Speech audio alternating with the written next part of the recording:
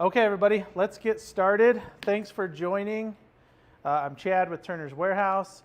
Today we're going to be finishing that pen we've been working on the last 2 weeks. And just because this is the end of this pen, we're still continuing the custom pen stuff. Next week, I believe the plan is either to do a clip or make a rollerball section. I don't remember which one's first, but we're going to do at least those two. We're going to put a clip on a pen so you can see how to do that. We're not actually going to make the clip, I don't think, this time, just because of time constraints. But we're going to do a clip addition to a cap, and then we're also going to make a rollerball section, because not everybody wants fountain. So you can make rollerball or fountain or have them be interchangeable. So we'll go through that. But let's jump into this today. As always, Amy's moderating on the computer, so she'll answer any questions she can right away, and then if not, she'll ask me. Feel free to shout out any questions, because I love getting questions, because a lot of times I'll just be working away and I'll forget to mention something. So if you think of a question, no problem. Pretty much everything we use, we carry here. So if you're wanting to get started on this and you have questions, just reach out to us. No problem at all. This series has been just the basics of making a custom pen, and there's a lot of possibilities that you can do on this. So if you're going to get started on this, just have fun and play with it and tweak it, and you'll see there's really endless options. All right, we'll get going here. Okay, so what I've got my 3 parts here. Cap, body, section. What I'm going to be using today, I'm still going to be using my Collet Chuck with all the different collets. Actually, I only need a couple. I'm going to be using my mandrels. Now, these are homemade mandrels that I've been using. They're made of aluminum. You can make them out of anything. There's brass. This is a Beaufort mandrel, which we do offer in the store. But you can make them out of brass, Durlin, whatever you want. I don't think I'd recommend aluminum. I seem to bend these pretty easily, so I probably won't make more out of aluminum. But the problem is I have all my ones over the years that I made out of aluminum. But making a mandrel can be a little intimidating, so I think we're actually going to even do a video on that and how you would make a mandrel, because it's not that hard. And if you have the taps and dies to do this stuff on the caps and bodies and whatever, you can actually make your mandrel pretty easy. So we'll look into that. Other than the Collet Chuck, the only other stuff we're going to use today are our turning tools. I'm going to go ahead and use Carbide for these. And then we're going to do our polishing with a wet dry sandpaper and Zona paper. So if you're not familiar with those, we're going to go over those. And then after we get it all polished, we'll assemble it. And I'll show you a couple little tricks I like to do to keep it smooth and working well. So we will have tips right up to the end of this. So don't turn away early on this one, because you're going to want to see the end. But to get started, we're going to do the cap first. Now I kind of have a little way I do it. I do the cap, then the body, then the section, and I'll show you why here in a minute. But for these mandrels, your part will just thread on, and then you'll need the appropriate size collet. So your body will thread on, your section will thread on, and your cap will thread on. Now, when you do a section, and we'll go into this a little more when we do it, there's 2 types of mandrels for this. You can do a mandrel that mimics the nib and goes inside, like that. And this is the way I prefer it. Or you can do the reverse, where your tenon threads into a mandrel that you put in, and then you use a live center.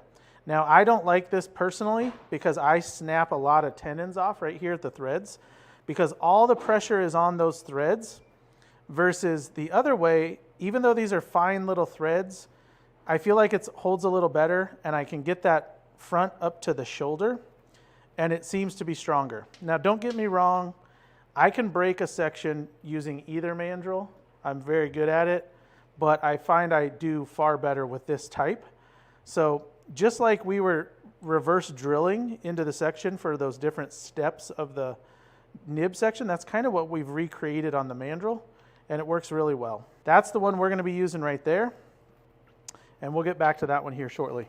But let's jump over to the lathe. We're going to put this one on and do the cap. If you were watching last week, we had some technical difficulties. We think we're all good now, so hopefully. All right, real quick reminder, if you are using a Collet Chuck, snap your collet into the nut first. It shouldn't fall out. You don't want to just put the collet in and put the nut on. It will not seat correctly. All right, I'm going to go ahead and show you here. So we're going to feed this in and tighten this up. All right, so I'm going to tighten this up quite a lot. I think I'm like in between a collet size that I don't have. But as long as I tighten it, it seems to work. All right, where are you? Okay. Now, if you remember last time or the time before, I always did that little countersink on the end of each blank. And this is where that's going to kind of pay off for us, because we're going to use our live center. We're going to put it on the end here, and this is for support. Now, one thing I didn't just mention, I had it marked last time, is I need to know where the end of my hole is on this. So what I'm going to do, here, I'll just take a Sharpie, and I'm just going to kind of get a ballpark. I mean, it doesn't have to be exact, but I don't want to cut my hole. And what I mean by that is if I'm cutting off my blank and, you know, giving a little taper or shape, if I cut across that end of that hole and I go too far, I'll cut my part off. And we actually had a friend bring one in the other day as a sample. I meant to show it and I forgot. But literally the end of his pen cap just turned off because it was so thin there, he hit the hole.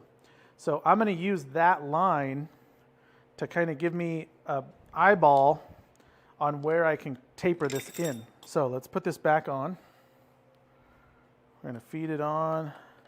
And we want it tight up against the mandrel here, snug, because we don't want to give this blank, this cap, anywhere to spin that doesn't match our mandrel.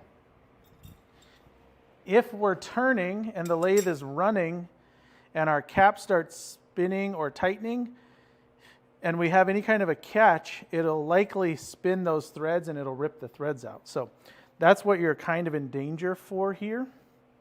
It's not that big a deal on a cap and body because you have a lot of meat and a lot of threads, but on the section, it's far more, I don't know, likely to happen because the threads are just so small and so fine that if you catch it, you can just rip it out. So hopefully that doesn't happen.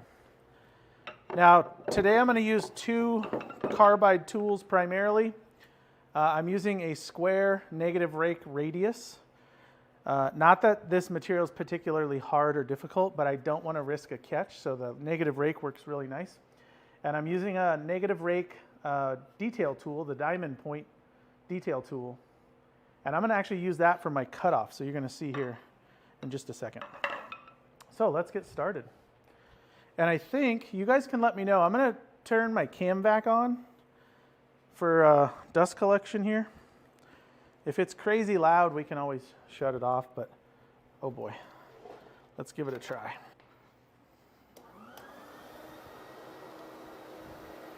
How's that for sound? Can you guys still hear me okay? So I've got air running that way, so that'll be good. Now what I'm going to do is I'm going to do two things here. And you can turn this however you want. Everybody watching this probably knows how to turn, so you can turn this however you want. First thing I'm going to do is just make it round. Because even though this is a round blank, we didn't do anything to round it beforehand, so we're probably not really round. These are cast in PVC, which is not round. Yeah. So we'll just get it pretty much round.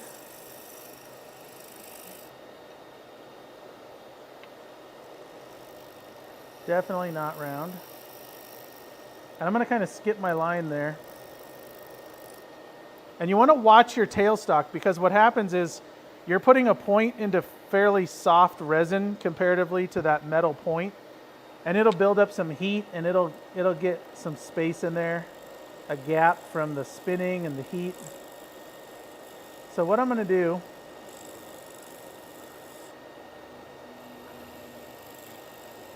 I've got this pretty close, and you can see there's my line. I know that I want my cap to end somewhere out here.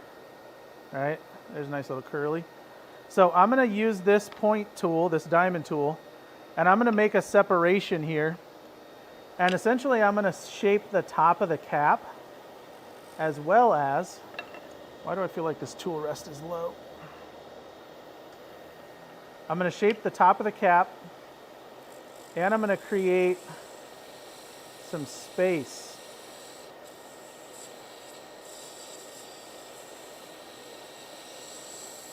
Now I will warn you, for everyone that's new to this, one thing, when you are separating your cap from the waste material on the end, it's super important that you don't, if you're using a parting tool or like a tool like this or a saw, do not run the lathe, because if you are cutting that with whatever and your end piece and your cap piece are there and it's just got that little bit, and anything moves, like the waste material comes down or up, whatever, and it binds into your tool, into your cap, you'll generally crack the cap off or crack the threads and be wasted. So the reason I'm cutting a lot of space on this right here is I'm giving myself room, so if I have any kind of weirdness with my tool, I can still survive. And this is just one way to do it. There's a million ways to cut a cap off. Do it however you want. They all probably work just fine. But this way I can kind of shape my cap as I cut in. So I'm pushing into the cap where I want my shape to be, and then I'm pushing away from the cap to create that space.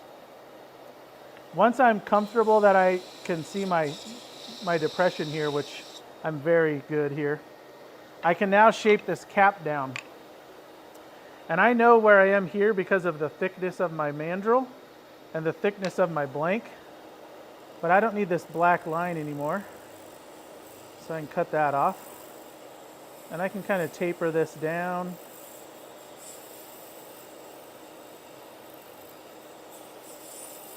And you don't have to use carbide tools for this. You can use whatever you want. For me, pen making in general, carbide works really well. And I especially like this negative rake on something that's a little more fragile.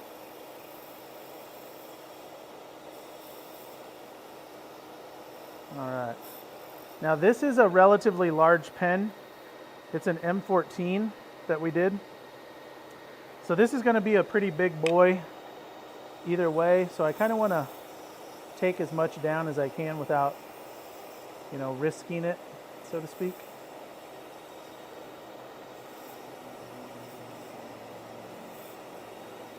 And I want to make nice passes, especially at the end, because anything I can do to save myself sanding will be nice.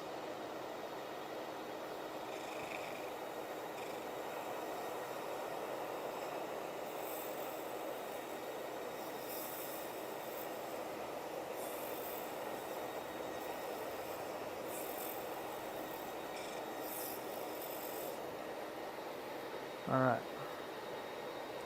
Now, keep in mind, you can measure this, you can take it off and test fit it, whatever you want to do. If I was trying to make the same model over and over, I would certainly have measurements. This is a one-off for the video, so I'm not too worried about it. So we're just going to get a good shape here, something we like. I should ask Amy, because she'll probably steal this pen after anyway. No? Trying to get a response. Just kidding, Amy. All right, we'll give it a little more shape here. Actually, you're waiting for the clip one, right? Okay. So I'm pretty good with this shape. Let's see how this resin looks. Oh, cool. You can see I've got a lot of lines on there from my turning. Let's try to take some of those off. It feels like, or it looks like I have a chip in my tool.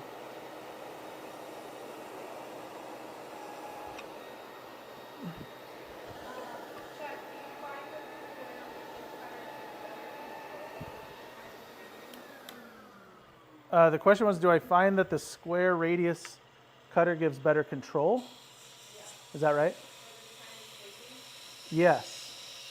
So, But I'll tell you in general, I use the square radius, not necessarily the negative rake, but I use the square radius for like 90% of everything pen related, because you can shape it, you can give it these like gentle curves, super, super easy. So I really like it for that. So yes, the answer is absolutely. Now what I'm doing is I'm getting a little deeper on my cut here, on this part here. Now I don't want to risk going too thin, but I need it thin enough that I can separate this. So you see, every time I make the cut, I'm kind of pushing outward back here. Now let's see, is that small enough? These things are so fine. Okay, that's good. So what you'll see here is I've got this little tiny thin top, and I'm just gonna, if it's thin enough, we better go a little thinner. I want to snap it off of there, but I want it to snap pretty easily. I don't want it to snap or be real difficult.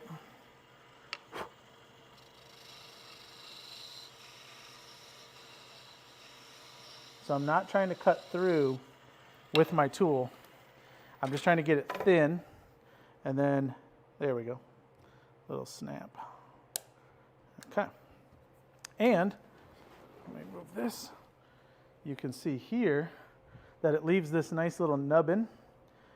And the reason this is better, in my opinion, is if we had just put our live center into the pen, we end up with a hole in our pen. That's really hard to get out because it's going to be fairly deep. But I can come in here now and just gently clean up this nub and give it any shape that I want without having that hole.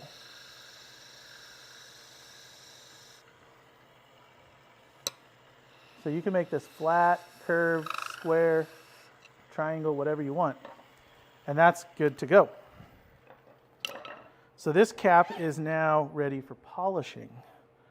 And man, I got a lot of scratches in there. I'm gonna have to look at my cutter, because I can be rough, but that's a lot of scratches. But we're gonna be able to get those out no problem. All right. Now you could go through and do each one, turn each one, come back and do all the wet work, but I'm just going to go ahead and sand and polish while we're doing this. I'm using 600, 800 sandpaper. Here, I got some cut. And then I'm going to use Zona paper. So it's a fairly straightforward process. We're going to sand the end. I'm going to try to keep this little bit of a square edge versus super rounded. So this won't take much. Now I wet sand everything for two reasons. And maybe you hear the cam vac is off. But wet sanding keeps all the dust in the water instead of in the air, which that alone is enough reason. But I also think it makes them shinier. I like the way wet sanded stuff looks. So I wet sand everything pretty much. And you can see with this 600, we're going pretty quick here, but we should have all of those scratches out just that fast. Let me get my glasses on. I got to remember not to stick my head in the...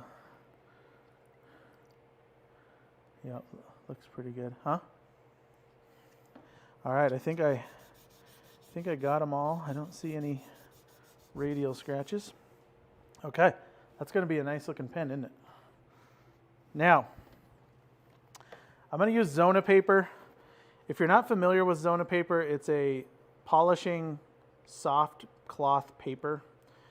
It's like micro mesh, except there's only 6 grits versus 9, and it comes in a 8.5 by 11 sheet versus the little pads. Now, I like this stuff. I'll use it for 4 or 5 pens. I usually cut them about this size, and then I just work through the sheets. So you can use whatever you want to polish if you're using magic juice or micro mesh or whatever. We're going to use Zona with a little bit of polish at the end, and it'll really come out nice. So we'll just kind of hit the end here. And we'll move through it. So this is going to be, we're going to spend a little time on each one here sanding and polishing. So if you guys have questions on anything, this is a great time to do it. But we'll move through this as quick as we can and still give you all the info. So the question was, you can have a hole in the end if you're going to add a clip. Yes, but I mean, I wouldn't drill a hole just for that, because you're going to want to have it sized for the tap and die you're using, which we will go over in the next one. But essentially, you're going to create another tenon and another hole that's threaded and threaded in there. So yes, but you got to do it for the right reasons, if that makes sense. Is that what you meant, CJ? Hopefully. If anyone is wondering, this is our molten metal top choice blank. And this one I set aside because it kind of was a weird pour, like half of it was not super thick, and it still looks awesome. But I always wanted to make a pen out of it for myself, so this was a good chance to use it. But the molten metal looks really cool. And I'll move through these pretty quick. You can, if you have the time, always spend more time on this, because the more polishing you do, the better it looks generally, unless you're not going for a polished look. So right now I'm going 950. I would prefer it to be 7 to 900. The question was, how fast is the lathe going? 7 to 9 is pretty sweet. If you go much faster, it's real easy to get radial marks. So you can do it, but just be aware. You got to really keep your movement going. Let's see here. Try to keep this so you guys can see. But generally sanding any resin, 7 to 900, wet with your movement going like this is pretty good. And you're going to see here pretty quick, this is going to look pretty shiny. And like I said, there's a reason we're doing the cap, then the body, then the section, and it all kind of makes sense here as we go. So the question is, if you want to add a roll stop, when or how would you add that? Roll stop's pretty simple item. It essentially is just anything that you add to the cap that keeps it from rolling, because it makes it not round. So what were Zach and I looking at? Zach Higgins and I were talking about cool stuff that would make good roll stops. Maybe it was like earrings or something. But essentially, whatever it is, like earrings would be good because there's a shank on them. So anything with a shaft that you can put in, you would just drill a hole. If it's a threaded device, that'd be even better. But you just drill a hole and put it in with some epoxy. I would do it probably after. I might drill the hole before I polished, but then I would probably put it in after, and I'd be super careful not to get any glue on anything. Maybe put the glue in the hole rather than on the part going in. But that's when I would do it. I've actually not done a ton of roll stops. I've done one. I got one right here that I've done. I'll show you. This is a kind of an elaborate pen. Oh, we're not overhead. This is I cast this in bronze, the honeycomb, filled it with crushed malachite. It's a green resin I poured, malachite on the ends, and then I cast this out of bronze. It's a B to go with the honeycomb, and it's a roll stop, so it just won't roll off the table. But you can use anything. This is a little large in my opinion, but it works well and it looks kind of cool. But you can use anything for a roll stop. A snake ring, I actually have like 10 of those snake rings laying on my workbench that I always wanted to make them for a roll stop, and I never have done it yet. But yeah, that's a great choice. I think it would look cool too. If you got like a snake kind of pattern resin, that would be really cool. All right. I know this is boring, guys, but hang in with me. It's going to be, we'll get there. Yeah, what else have you guys used for roll stops? Has anybody come up with anything cool? All right, this is looking super shiny, and I can tell even through the wet. All right, take a look at this. Look at that thing. All right. So I'm just going to give this a tiny little wipe here. Just to get the water off. I'm not going to like rub it down too much, but I'm going to put this on. This is ring bling. Same as any kind of, it's the like number 6 on the magic juice, or like Plastex polish, which we also have at the store for cars. Works great on resins. But you want to just put it on and work it across. If you need a little more, go for it. I'm not putting much on at a time though, but I'm just kind of moving it around the towel here. I don't want to hit the towel with too much dry work because it could scratch it up. All right, let's see. Oh yeah, that's a great idea. Mosaic pins would look super cool. I don't know, can you see that on the screen? That looks awesome. See, I knew this would be a good pen. If this cap is anything to do, hopefully the light's not blowing it out.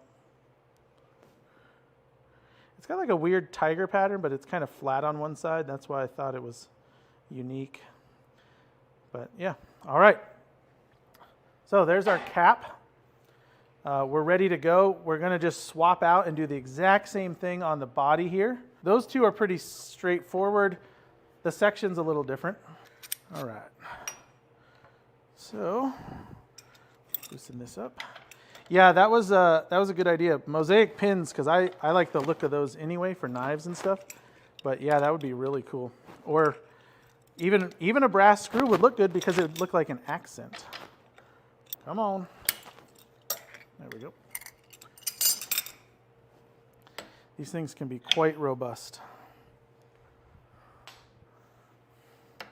So I'm going to swap out the collet. So my sizing on my mandrels isn't real standard because I use the metal lathe a lot and I just am using a regular chuck. So I didn't have to fit any particular collets, but it is nice to have them sized correctly. Like this is a 1/2 inch, it fits really well. The other one is kind of an oddball size. I don't even know if it is a size.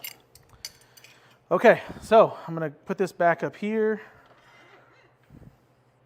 Put our tool in. And right there. That one does not have much of an imprint. Oh, one thing I did not do is mark this one. So I'm going to take this off. And I'm just going to get my depth marked on here like I just had it. And I've got a lot of length on this one. So do you think I should make this a long body or a shorter body? So there's the cap. And that's the whole length. Should I make it shorter or keep it a little longer?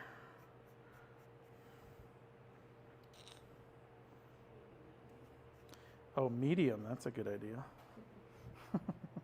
We'll just see where I decide to cut into it when I get there. If you guys think of cool stuff and you do it, you gotta let us know. All right, so I'm going to do the same thing here. I'm going to round this.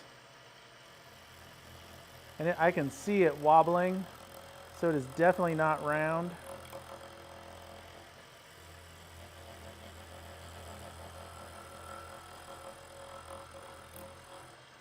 Well, I kind of cut my line there a little bit. See how it's just chipping? It's not cutting ribbons. It is certainly out of round.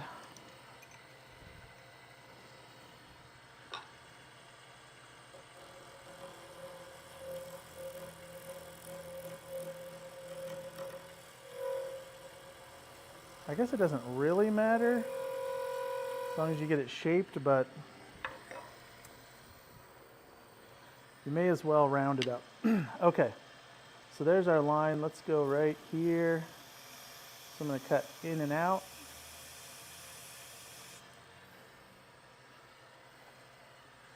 So I'm going to cut in and out.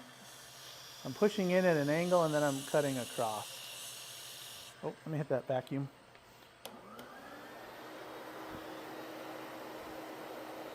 The vac really is nice for the dust because a lot of these resin blanks are really dusty when you're cutting them. And it does suck up the chips sometimes, but mostly the dust is what's important.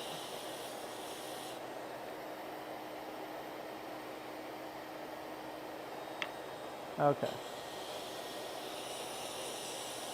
I think I'm pretty good there on my spacing. I'm not going to mistake that for anything, but now I got a lot of material to take off. So you can see on the step here where my threads are. I want my body, I like the body to be a little undersized from the cap. So generally the cap will have just a little bit of a proudness to it over the body. You can make it all the same size. You could actually thread them together and turn them all at once, but for some reason I don't like doing that. So I got a lot of material to take off. I'm gonna have a slight taper from the center where the threads are down to the end, but not much, just a little. So let's do it.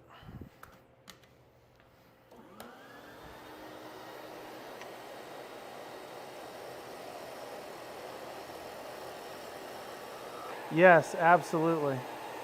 The question is there a trick to getting the grain to line up from the cap to the body? Hold on one second, I'll kind of explain that. I am way out of whack here. There we go. A little better.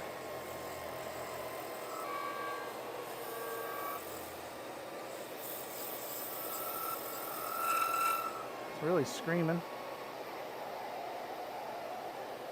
I mean, this is a huge pen still.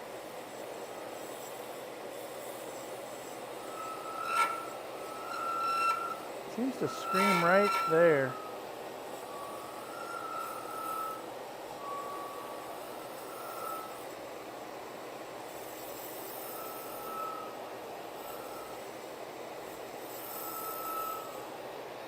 All right, get some of this off of here. See how much, I'm trying not to hit the mic. See how much closer we are here because we had this much size? You can really see the difference in how much we've taken away from it because that's still full size.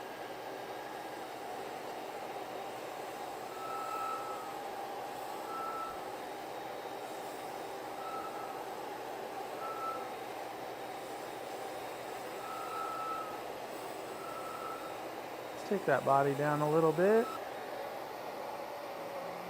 Yeah, see, I'm getting really close to my depth, and I felt like I had a huge step there.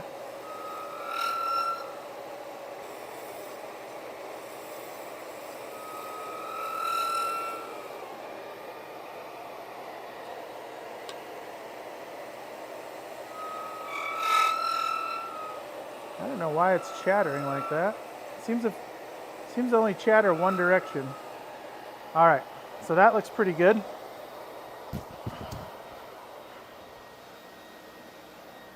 Let's go ahead and separate this. Now, there again, if you're not sure of how this is going to look with the cap, you can take it off and test it. You can measure it. You can do whatever. I'm not worried about it, so I'm going to go ahead and do my end more here. So I'm just going in and across.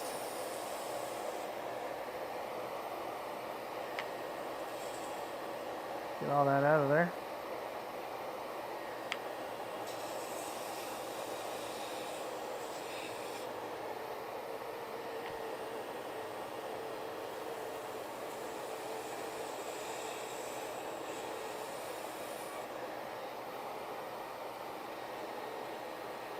It's hard to get those shavings out of there.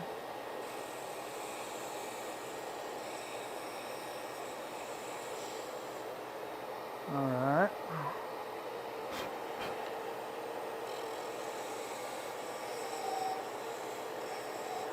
Okay, I think we're narrow enough.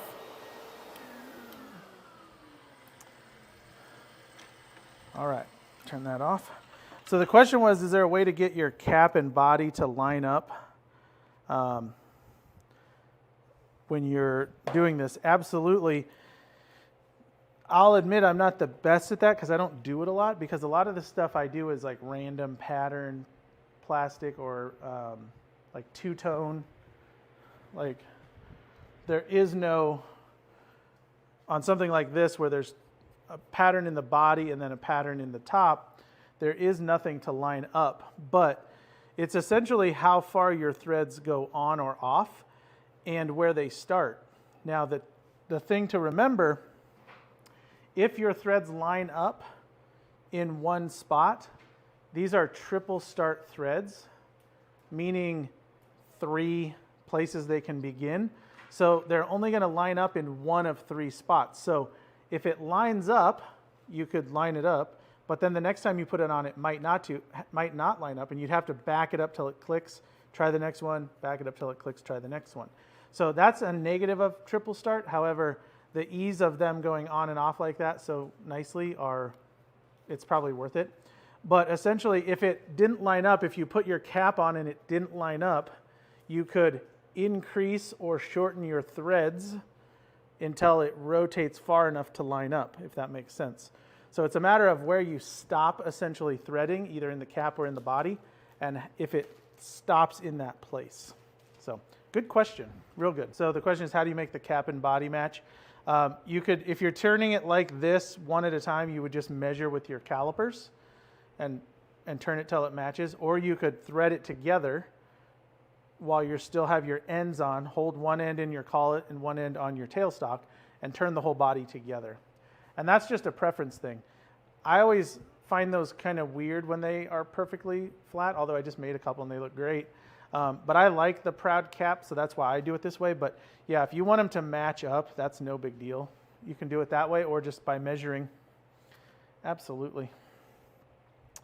All right, great questions, everybody. Sounds like some cool stuff is going to be made. So I'm going to turn this up now. I've got a long body here, so I'm going to kind of hold this just for support. I'm not pushing on it or anything. I'm just not letting it move freely.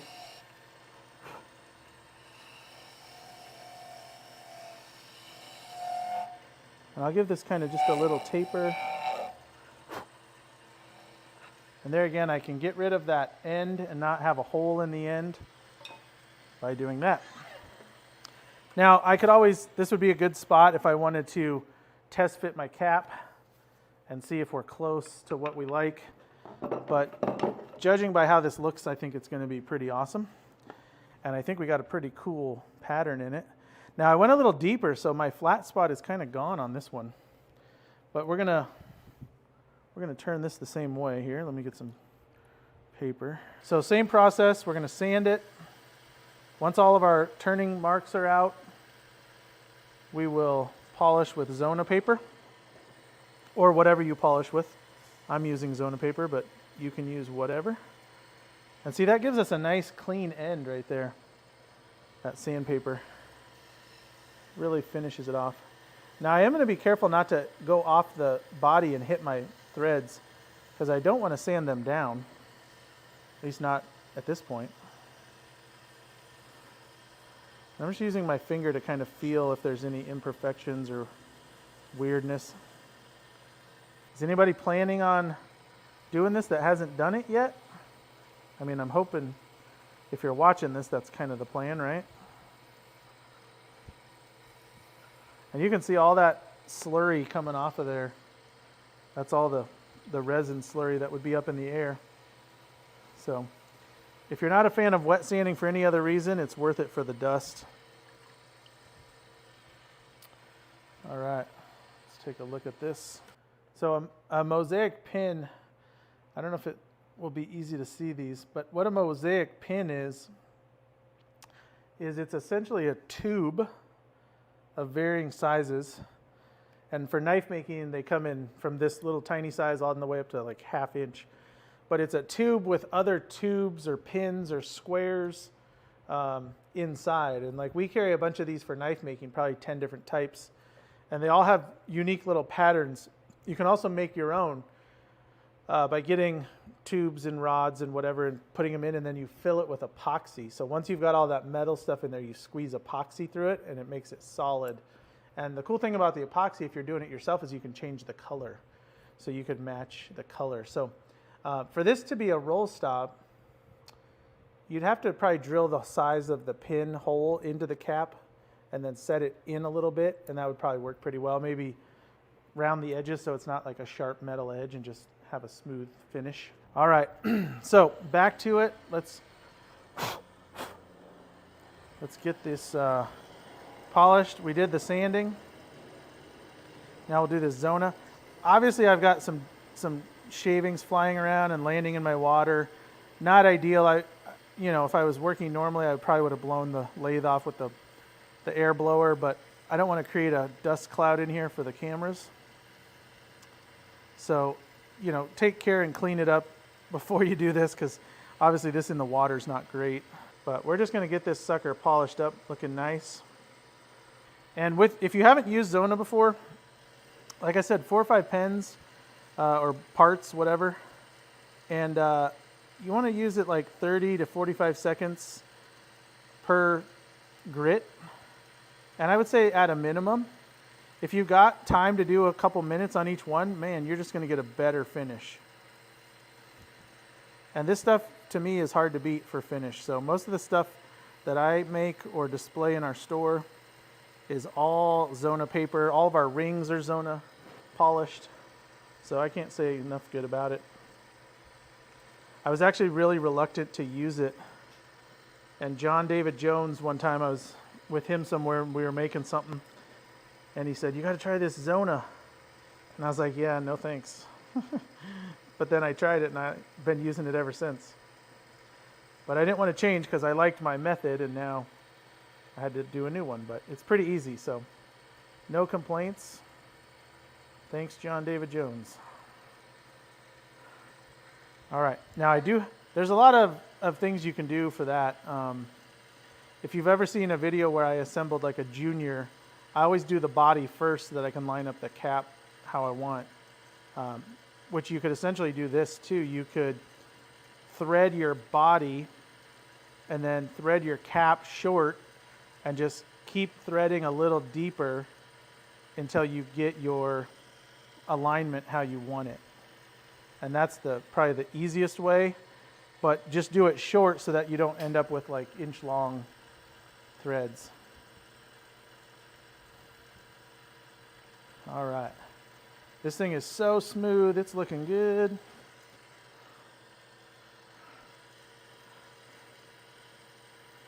Hey, if anybody is in the Salt Lake or on the way from Phoenix to Salt Lake and you want a shop visit, let us know. We're going to be traveling up there, and we'd love to do a video or a live stream on Wednesday if we're near Salt Lake or somewhere on the way, because we won't be here.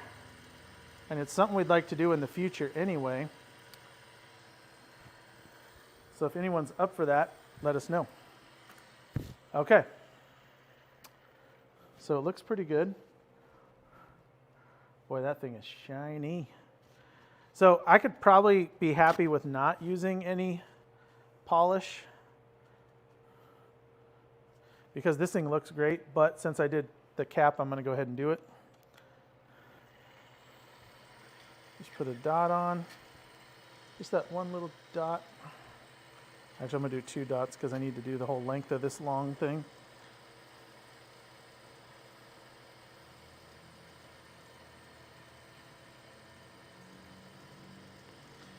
And I always say it, but it's been pointed out to me that I say it and then I do it. Try not to wipe your blank with paper towel after you polish it, because you'll scratch it.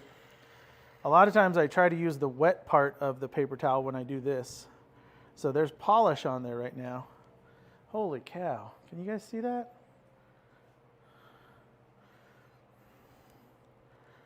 Ooh. That thing looks awesome. Here, let's do this.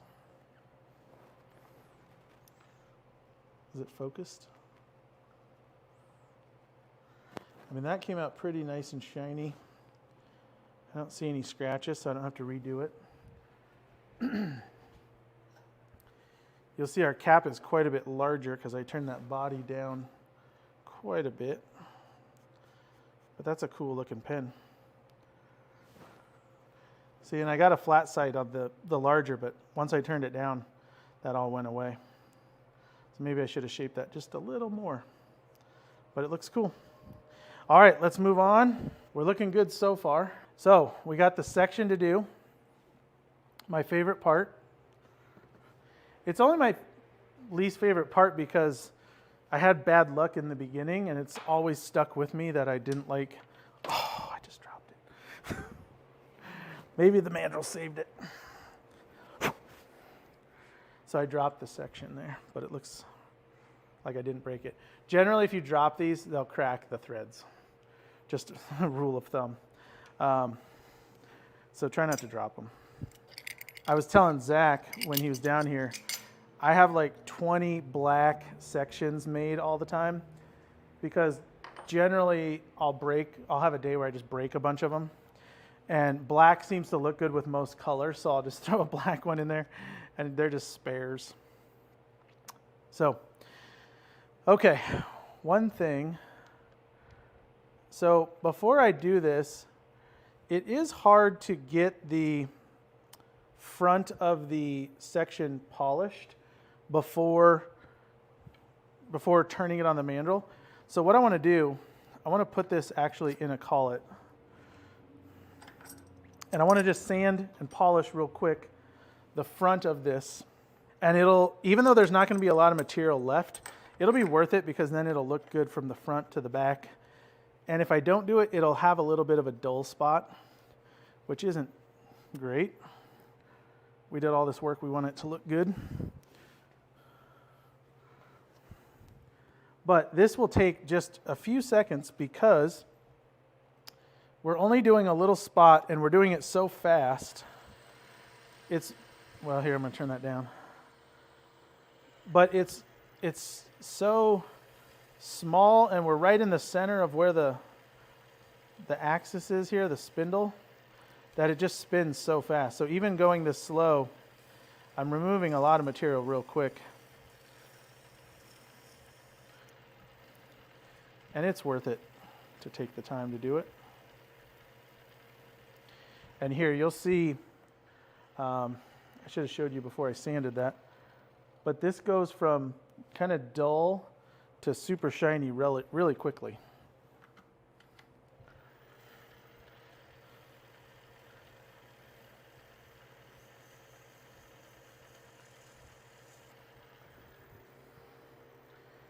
All right. What's the chatter going on, Amy? Anything? So I'm just kind of pushing in the hole because I'm just trying to get the edge. All this material is going to get turned away except for the inside like millimeter. So I don't really have to sand the whole thing, but I'm just kind of holding my finger in the hole and letting it sand or polish, whatever. Yeah, that's a great idea. Andrew said use t-shirt scraps for the polish. Soft cotton seems to be really nice. And if you cut it, it's usually pretty clean. There doesn't like have a lot of frays or strings getting wrapped around stuff, so that would work really well. There's probably far better choices than paper towel, but that's what I always have available, so that's what I always use. Even those blue shop towels are a little softer. All right, we're almost done with this, so this doesn't take long. This is our blue, this is our last one. The white on this is 1 micron, which is equivalent to like 20, I think they said 22 or 24,000 grit. So that's pretty fine. All right. So that looks pretty good. And you can see, even though it's wet a little bit here, like that is pretty shiny. Okay, let's turn this sucker.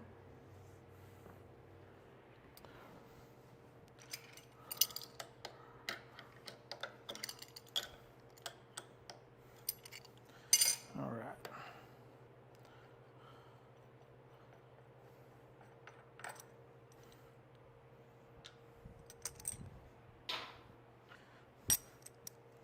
Snap it in.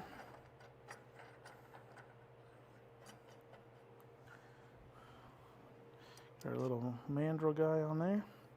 And this is very small and fine. We're not using the tailstock for the section.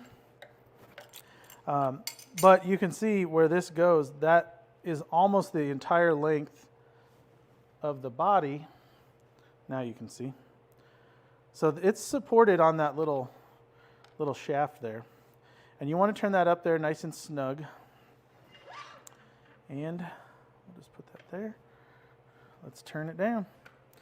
So with that, like I was saying, the small threads, make sure you don't, go in real aggressive and get a catch. You want to make nice smooth cuts, which I'm going to try to do. I'm going to try to give it just a little bit of a concave profile. Concave or convex? Concave. Just for like finger grip, because this is where your finger goes when you're writing with this pen, and that should be good. Let's give her a try. All right, I'm going to speed it up. And I am going to just kind of go back and forth here to make it round first. Let's hit the cam back and turn on the suction.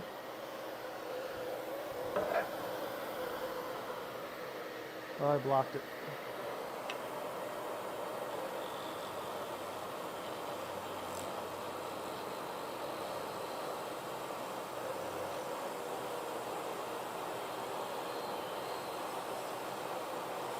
Seems to be pretty good.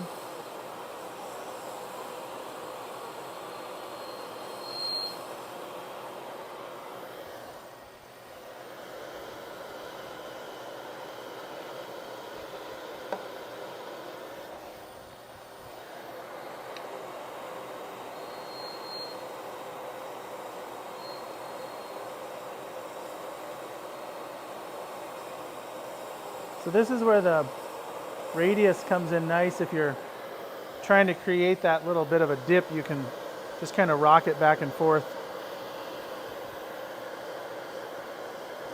Well, that stuff really gets in there, doesn't it?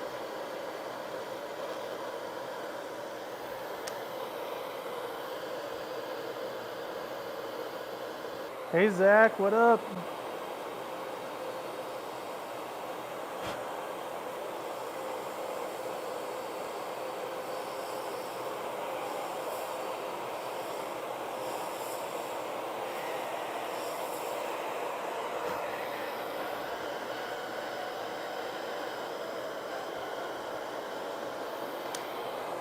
All right, that you should be able to see the curvature.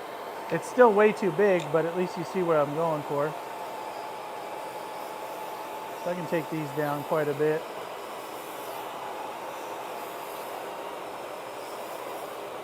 Now I don't want to overdo my back end here because I do want this to kind of line up to my threads. So let's take our body and just thread this on here carefully. I want that curve to kind of line up just in front of my my thread. So I'm like right there, but probably need just a tiny bit more. Oh, try to unthread the whole thing. Well, I'm gonna have to undo this. My hands are too big to get in between there. Okay, there we go. Everything's kind of dry, so I don't want to force it if it's not ready to come off. Okay. So we are very close. We need to come off this front a little bit and just a tiny bit off the back. And honestly, you probably could do that with sanding if you wanted to spend the time.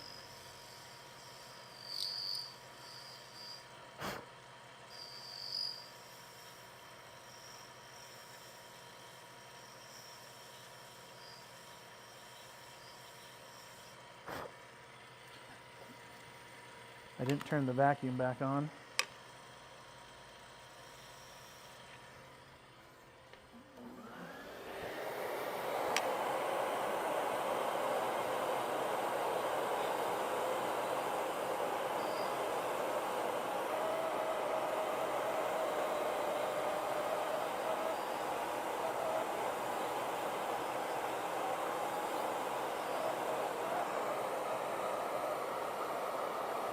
Come on, get out of there.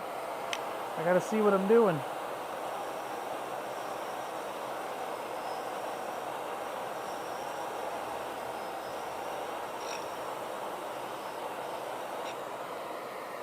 So I haven't been removing a lot of material from the back, but I was kind of tapering to the front and I got a nice little curve there. I think that's what I want. I'm gonna go ahead and test fit this one more time.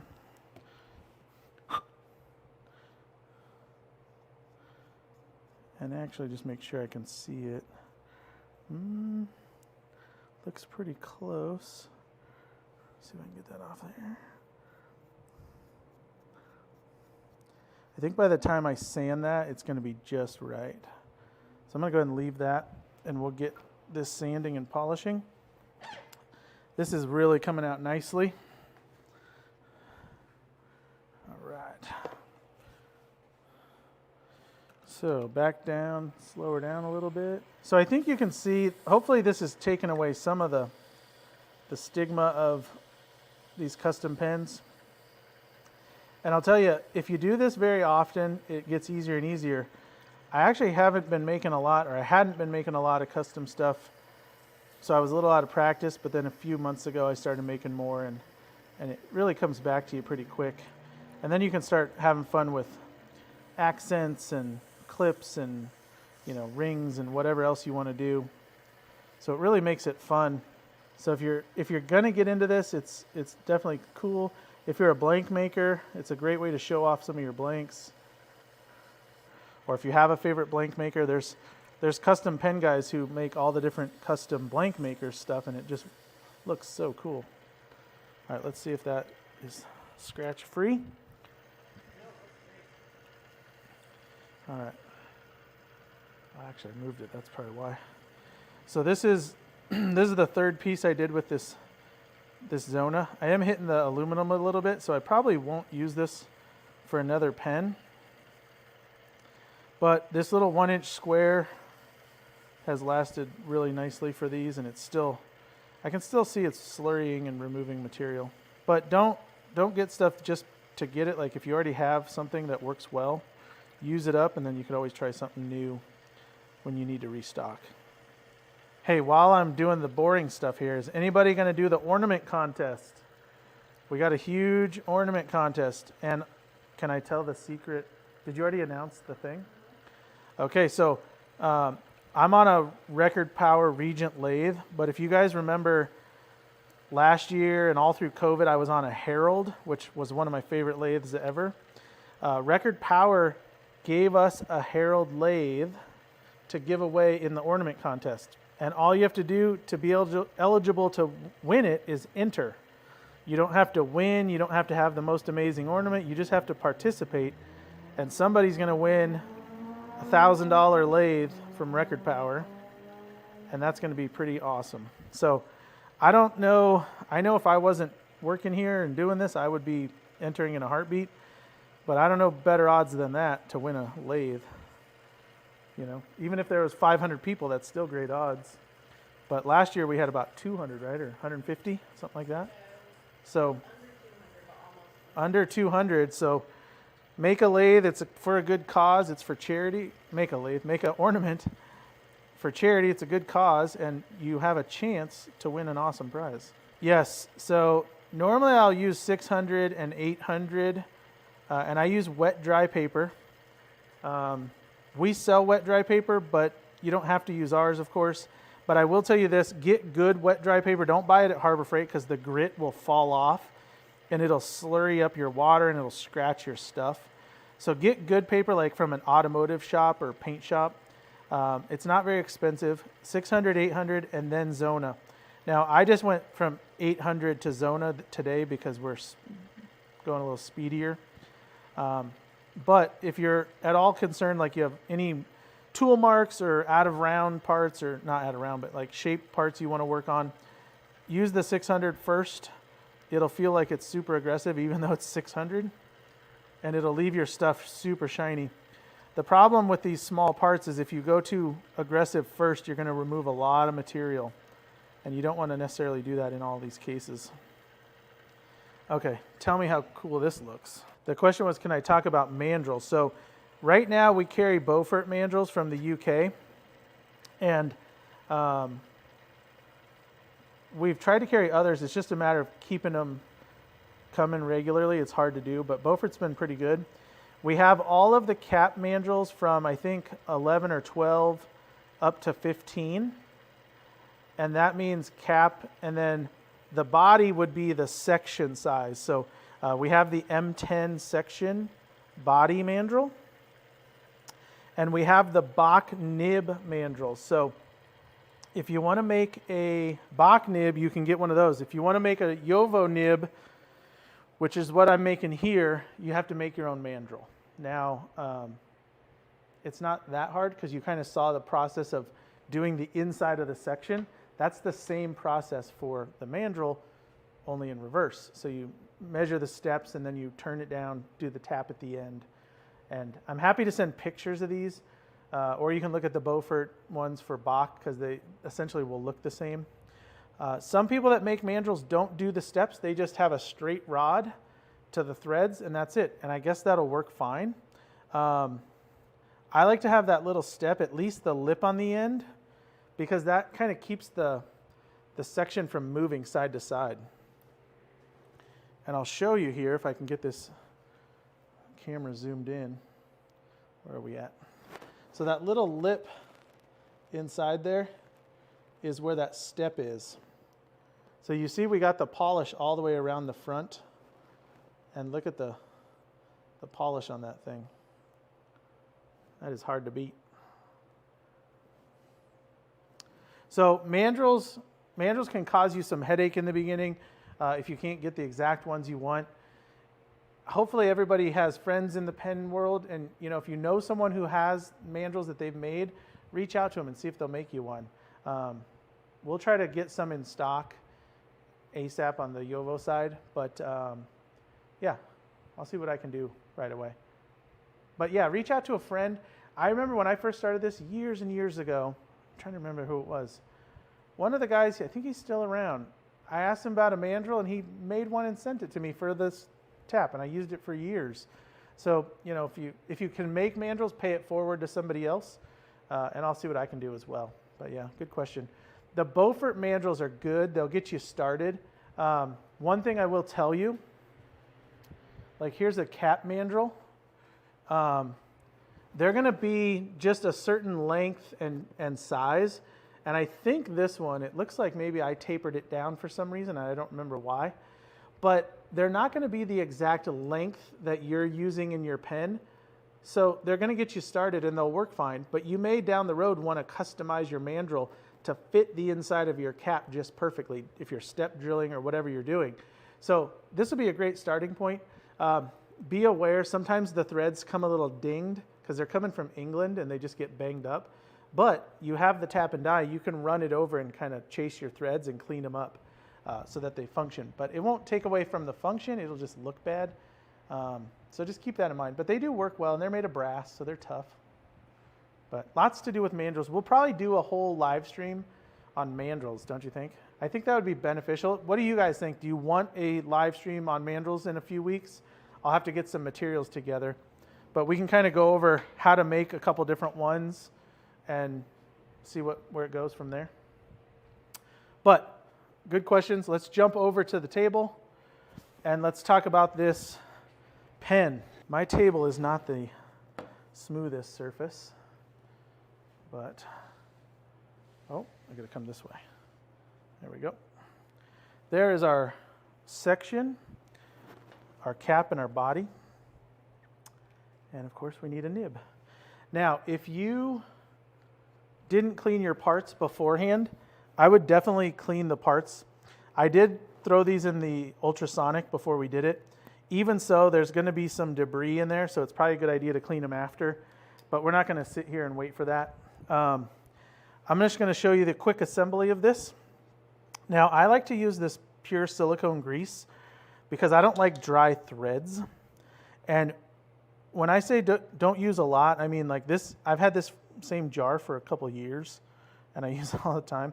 So I don't use much at all, especially on these like little tiny threads. I'm just going to put a little dab on it, and I'm just spinning it around.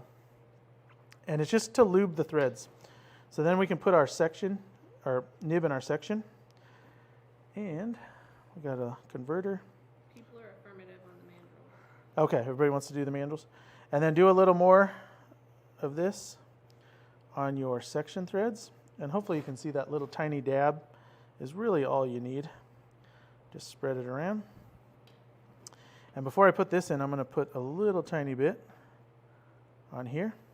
And this is something I'll put on my pens when I'm using them all the time, just to keep them smooth and moist. Now, if they get dirty, you can throw them in the ultrasonic, because obviously any kind of lubrication can attract dirt. But typically your fountain pen isn't going to be laying in the dirt, hopefully.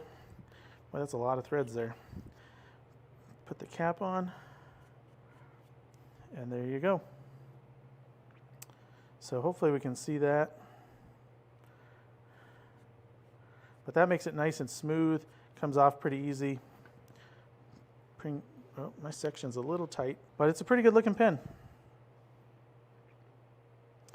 So that's just one little thing I like to do with the silicone grease. And it'll just make it a little easier on your threading and keep them a little more moist. You can do that on old pens too. Refresh them up a little bit. All right. How's our questionnaire going? Anything come up? What does everybody think? Has anyone watched all 4 parts now? This is the third part of the actual making, but was that pretty simple? Does it seem more difficult? That I don't know. I'd have to look into it. The question was, where do you get the Bach? Wait, nib, or did you say nib or tap? The die. Oh, the die. So we have the taps. I'll see about getting a few dies. Well, honestly, I'd have to judge interest on if we want the Jowo or Bach dies, because I think we have to buy them like 24 at a time, which is quite a lot if there isn't a lot of interest. But that would allow you to make, not sections, but section mandrels. So if you're interested in that, shoot us a message and just say, hey, I'd be interested in that. We can look around and see. If anyone knows who sells them, feel free to put it in the chat here, because I don't know. Oh, you know who might sell them? Mike at Silver Pen Parts used to have some of that stuff. I wonder if he still does. Does anybody know that? Silver Pen Parts? Yeah. So we'll look into that as well, because you would need the die to make the mandrel. That's a very good point. So that's where if somebody had one, they could help you out. But if you've seen all 4 parts, what do you guys think of this? Is it pretty doable? I think this is a pretty good looking pen, and this is a very, very, very basic way to make it. So this didn't take a lot of painstaking work, and it came out pretty cool. Yeah, so I'll try to get more info on the nib dies and see what we can do there. I will order them if we have enough demand, but it's a lot of pieces. Yeah, I hope this is kind of a motivator to try it. Like I said in the very first one when we went over tooling, use what you've got, especially the first time. Just try to figure something out that'll work. It might not be the best way to do it, but see what you've got, see what'll work, and just try it and see if it's something you want to do. I would also recommend find a pen maker you like or a friend that makes them and see if you can get one. Buy one, trade one, whatever. That way you have something to look at and make measurements off of and kind of help you figure out the first time. Now, we did give measurements throughout this series. Did you put those in the description as well? So you can probably make this one based on the information we've given. If you have any questions, let me know. But it's a good idea to have something to kind of look at and go off of, and it might help make things make sense if you haven't done this before. But hopefully that's a good thing. So the question is, can we explain the inner workings, the nib, converter, and cartridge? So inside your pen, now we're talking fountain pen, you have the nib. I'm going to go to the overhead here. So this is what is inside of your pen section. So this is the housing. There's a little nipple at the back here. This is a converter. Converter is used to fill ink out of like a bottle or another source. So you can fill any type of ink or color. That presses onto that little nipple, and then it feeds through the nib feed, which are these little ribbed parts. Hopefully you can see that. And then it flows out the tip of the nib. Now you'll either use a cartridge or a converter. A cartridge is simply a little plastic vessel about this size that is already filled with ink that you press on. And when you press it on, you're poking a hole in the front, and that's when the ink starts to flow. So you either use one or the other, not both at the same time. However, most of these pen components, like the Bach and the Jowo nibs, are compatible with either cartridge or converter. Now you want to get an international standard cartridge or converter. This is a Schmidt. This is what most people choose. Really good converter. You can clean these. You can change color by just cleaning it out with water or flush, putting it in your cleaner, whatever it takes. But you can switch ink whenever you want. The cool thing about that is you can pick the ink, whereas cartridges, you can only put in what is available. Now, there are a lot of cartridges available. We actually got the Conklin line in, and there's a bunch of cool colors in that. So you can get cool colors in cartridges and other stuff, but there's far more choices in bottles. And most people who get into fountain pens dig the bottles. They have like a bottle collection, it seems. Makes you feel fancy, Amy says. But that's how the insides work. So this is basically the functioning part of the pen right here. The nib, the feed, the housing, which is all part of the nib that comes together, and then the cartridge or converter. So I hope that answers your question, but it's pretty easy actually. And you will get ink on your fingers, that's a given. All right, well, we'll give it a few seconds here because we have a little bit of a delay, but if there's no more questions, thanks everybody for watching. If you didn't watch the others, please go back and watch them. Give me a thumbs up on them so we know that they're valuable or useful and we should continue. And if you haven't already done so, please subscribe to the channel so we can let you know when new stuff comes. Next week, we're gonna do either a clip or a rollerball section. We'll figure that out. And Amy will post it and put up the live stream thing. So if you have a preference, let me know, but we'll see what comes. We're gonna do that. So we got at least those two to do, and then we're gonna do a mandrel video. So that's coming up next, or in the future. All right, thanks everybody. Have a good evening, and hopefully you can go make a pen now.